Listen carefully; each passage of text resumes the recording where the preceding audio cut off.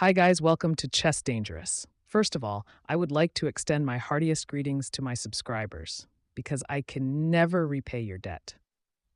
Anyway, let's get straight to the game.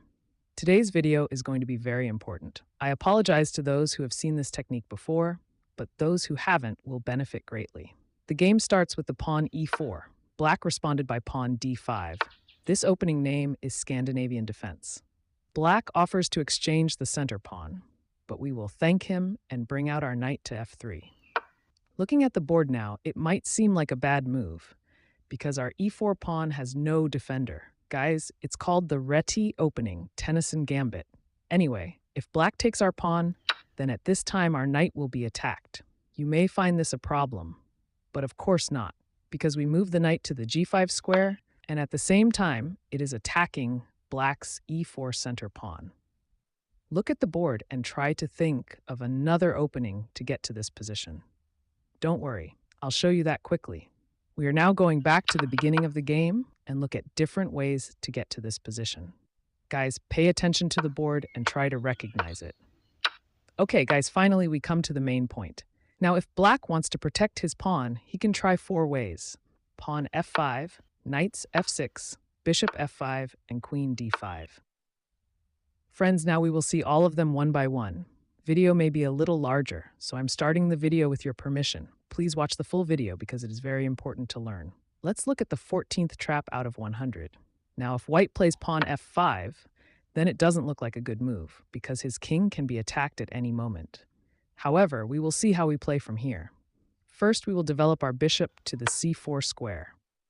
At the same time, it is attacking white's weak f7 square with 2 pieces. Black has only 2 moves to counter this. It's pawn e6 and knight h6.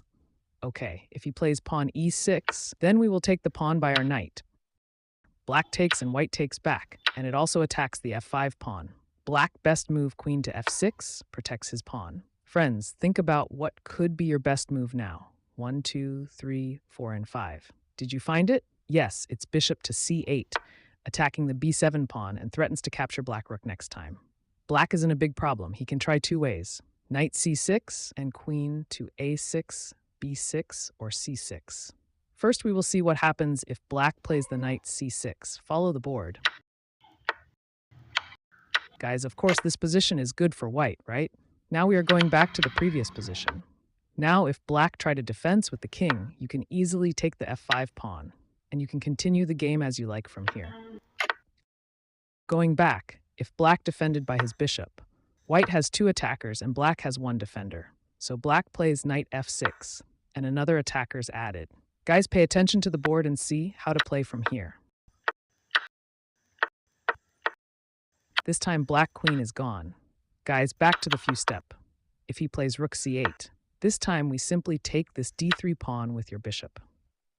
Black takes and white takes back. Guys, continue this game with your mindset. Agent, we return to the previous position. If he plays pawn e6 and defends his bishop, you can play some ways, and if his bishop back to the home, we simply take this d3 pawn with your bishop and continue this game with your mindset. Guys, this time we go back to the main position. If black plays knight f6, and it can protect the e5 pawn, it is good move, right? You can try another pawn sacrifice. Black takes and we recapture by our bishop. This time black plays pawn h6. Actually, it's attacking our knight. Okay, good. No problem. This time we can sacrifice our knight because it's a world-famous queen trap idea. This time, black beauty is gone. Going back, this time if black plays pawn g6, yet we will play the same way, which we have seen before. Guys, 3 chapters are over. The only one left is the queen d5, protecting his pawn, and it is already attacking our knights. No problem, we have pawn d3. Very good move. Black takes, we will not take it back this time. First, we develop out knight. The main objective is to remove the black queen from here. According to the computer, black's best move this time is queen d7. Now we will take this d3 pawn by our bishop. Guys, what if black tries to move our knight, and he play pawn h6? What do you think the knight will sacrifice? Now we will not sacrifice our knight. We will play queen h5. It is a special great attack. Black weak f7 square. Oh my god. What happens now if black plays h6? Queen attack and also knight attack. queen attack and knight attack. What is this? It is big problem for white. No, actually not. Now we will sacrifice our bishop. If by mistake he takes our bishop, then you will be very happy to play as I show you.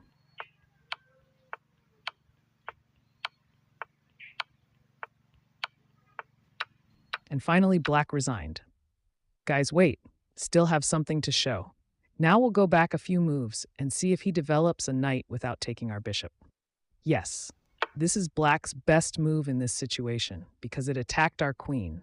I know most of my audience is now thinking to check first with the bishop and then move the queen. And those who are beginner-level chess players can try to take the black queen by checking with his knight this time. But eventually he loses a piece. Very bad luck. But friends, I could not be happy with this plan of yours. So go back again and pay attention to the board to see how to force your opponent to resign.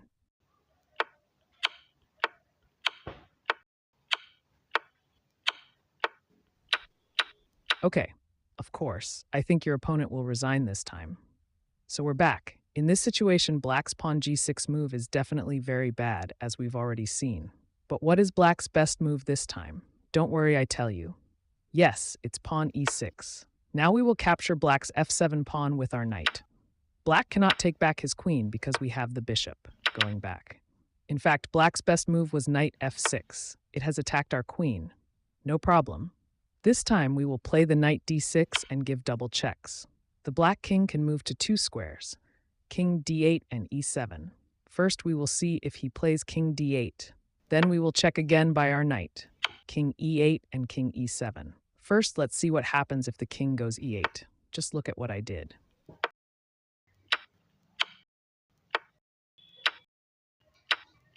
Okay, this is the final result. Let's go back and see what happens when the king plays e7. First, we move our queen to a safe place.